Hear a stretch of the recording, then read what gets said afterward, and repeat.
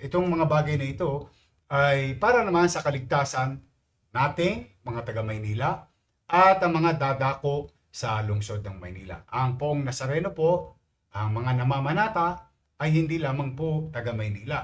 Marami po dyan manggagaling pa sa Northern Luzon, Central Luzon, Metro Manila, Southern Luzon, at maaari, may nababalitaan pa nga po ko, pati po mga taga Mindanao at Visayas. Bilang panata nila ay sila po'y dumarako dito sa ating lungsod sa panahon na iyon. Kaya po, itong mga pag-iingat na itinatagubilin ng inyong pamahalang lungsod ay para sa kapakanan ng pangkalahatan.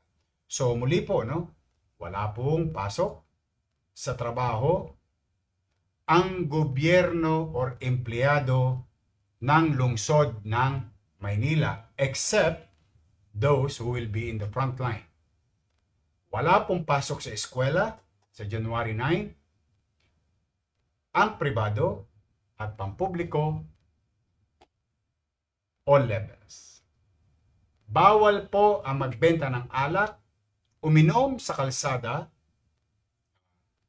within the 500 meter radius ng simbahan at dadaanan. Bawal po magpaputok ng 8 hanggang 9 sa buong Maynila. Bawal magtinda ng paputok. Kukumpiskain po yan. No? Kung malalaan ninyo, pinayagan ng inyong pamahalang lungsod na magtinda ng mga recognized by the government or agencies of government na mga paputok. At hinuli natin yung mga illegal.